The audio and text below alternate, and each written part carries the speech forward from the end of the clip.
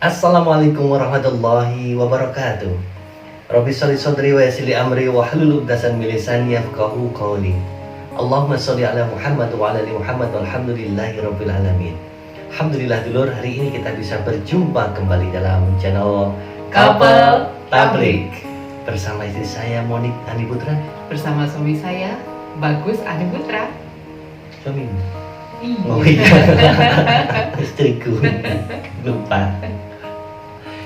Hari ini kita akan punya topik tentang berbicara. Ya, Mami kalau manggil adik kau di gimana? Gimana? Kau? Bener tadi, ini ada anak saya di sini. Kok gini? Katanya bener, lembutnya dulu. Kau. Karena in frame. Enggak bilang kau, gitu enggak ya? Enggak. Nah, ternyata dulur, berbicara itu memantulkan gelombang, yang dimana gelombang yang kita pantulkan pada saat kita bersuara itu akan mempengaruhi fisik dan psikologis orang yang kita ajak berbicara. Ya, jadi misalnya seperti ini, Mami. Ini contoh gelombang beta. Ya, apa yang Mami rasakan? Kaget? Kaget. Kalau kaget apa yang terjadi? Jumbul. Nah, jumbul kaget. Nah ini dulur, gelombang beta teriakan tadi itu akan membuat fisik menjadi merespon dengan kaget, ya. Dengan jumbul tadi ya? Dengan jumbul tadi ya. Jumbul itu bahasa Indonesianya jengkirat. Ya jumbul gitu lah ya, kaget gitu ya, respon. Bisa jadi ketika dikageti kemudian dia pok. Nah, bisa jadi seperti itu ya. Ini fisik, jadi membuat fisik itu terstimulasi untuk bergerak. Makanya kalau dalam dunia militer itu menggunakan gelombang beta itu wajar karena memang menggerakkan fisik kita biar tegap, biar dikagetin siap gerak, kaget kan gitu, biar dia stimulasi tubuhnya tuh bergerak gitu ya. Tapi membuat pikiran kita menjadi ambiar. Ambiar. Bosannya dikempot. Membuat pikiran kita itu bercabang, tidak fokus. Gitu. Membuat pikiran kita tidak fokus. Nah, sehingga orang ketika dibentak, dikagetin atau dibentak, dimarahin, itu pasti dia akan satu, tubuhnya tuh bersiap untuk melawan. Kemudian yang kedua juga pikirannya nggak fokus. Maka ketika orang marah itu nggak mungkin berpikir logis. Nah, kemudian yang kedua alfa yang saya gunakan sekarang. Ya, alfa yang saya gunakan sekarang. Nah, kalau alfa ini membuat pikiran kita menjadi rasional. Ya, membuat pikiran kita menjadi rasional. Tubuh netral, tidak tegang, tidak kaku, tidak bersiap, tidak terstimulasi, netral. Ya, membuat orang berpikiran rasional. Nah, biasanya di kelas-kelas itu gunakan alfa seperti ini. Ya. Nah kalau seperti ini kita bisa memberitahukan orang, bisa memberikan informasi, itu mudah dicerna.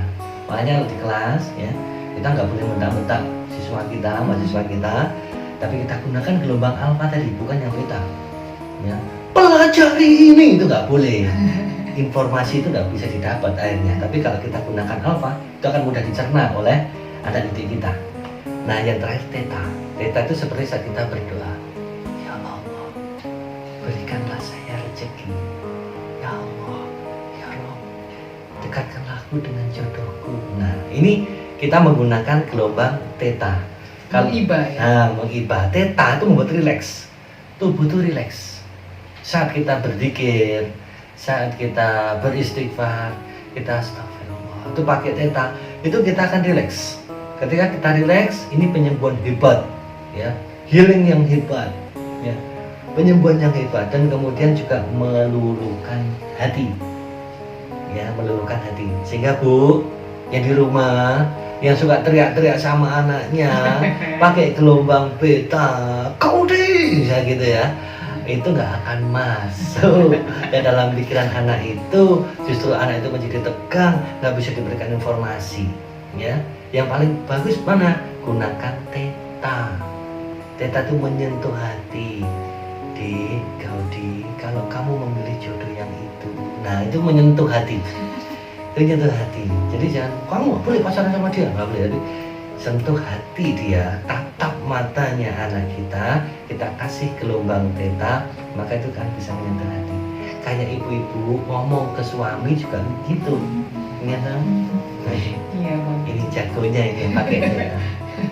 Kerso dimasakin nopo, nah ini melting nih hati, ini pakai theta beliaunya ke saya ya.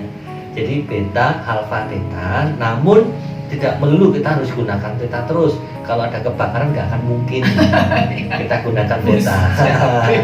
Jadi gini, beta tuh boleh kita gunakan ya saat ada barrier suara atau ada hambatan suara, misalnya berisik gitu ya, baru kita teriak itu boleh. Kak tetangga kita itu kalau manggil anaknya dijajak di dinding gitu, saya itu dia karena mungkin rame sepeda motor, dia sini itu boleh ya, kita akan dapat attention dari anak itu ya, itu beta.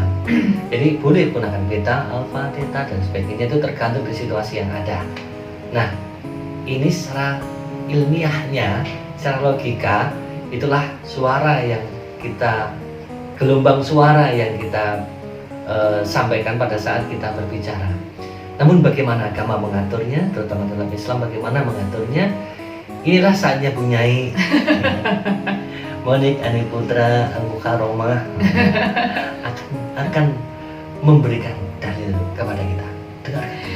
Sebagaimana firman Allah di dalam surat Al-Luqman ayat 19, waqsid fi masyika waqdud min sautik inna angkarol aswati la sautul hamir. Yang kira-kira bunyinya, yang artinya adalah, dan sederhanakanlah kamu dalam berjalan dan lunakkanlah suaramu, sesungguhnya seburuk-buruk suara ialah suara keledai.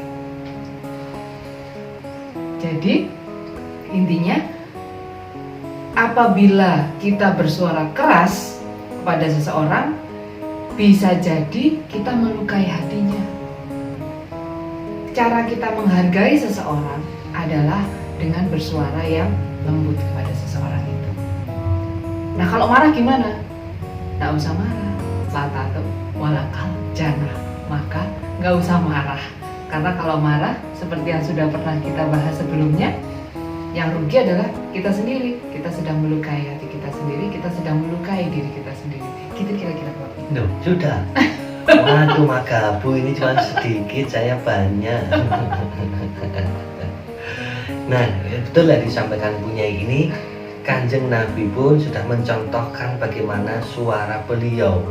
Ya, suara beliau tidak terlalu tinggi juga tidak terlalu rendah. Jadi kalau dianalogikan tadi adalah menggunakan gelombang alfa, ya, karena beliau pasti akan memberikan asupan informasi kepada para sahabatnya, pada para kaum muslimin pada saat itu, sehingga beliau menggunakan alfa yang orang kan bisa menerima secara rasional ya.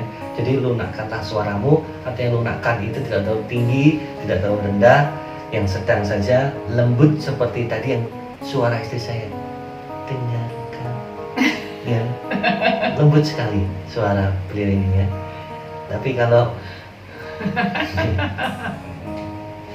sama orang lain mungkin beda. Kalau sama saya super lembut ya. Kalau sama orang lain mungkin beda. Punya ide tambahan? Cukup. Saya dibales ini karena kemarin tampil sendirian, sekarang saya ajak, terus jadinya magabu ini. Oke.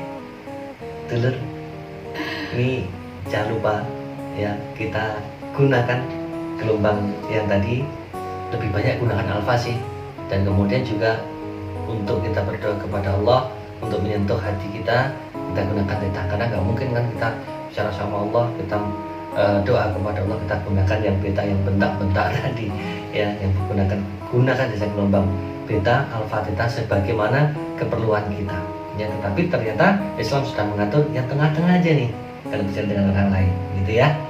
Alhamdulillah, semoga manfaat dan barokah. Saya Bagus Ani Putra. Saya Monik Ani Putra. Wassalamualaikum warahmatullahi wabarakatuh.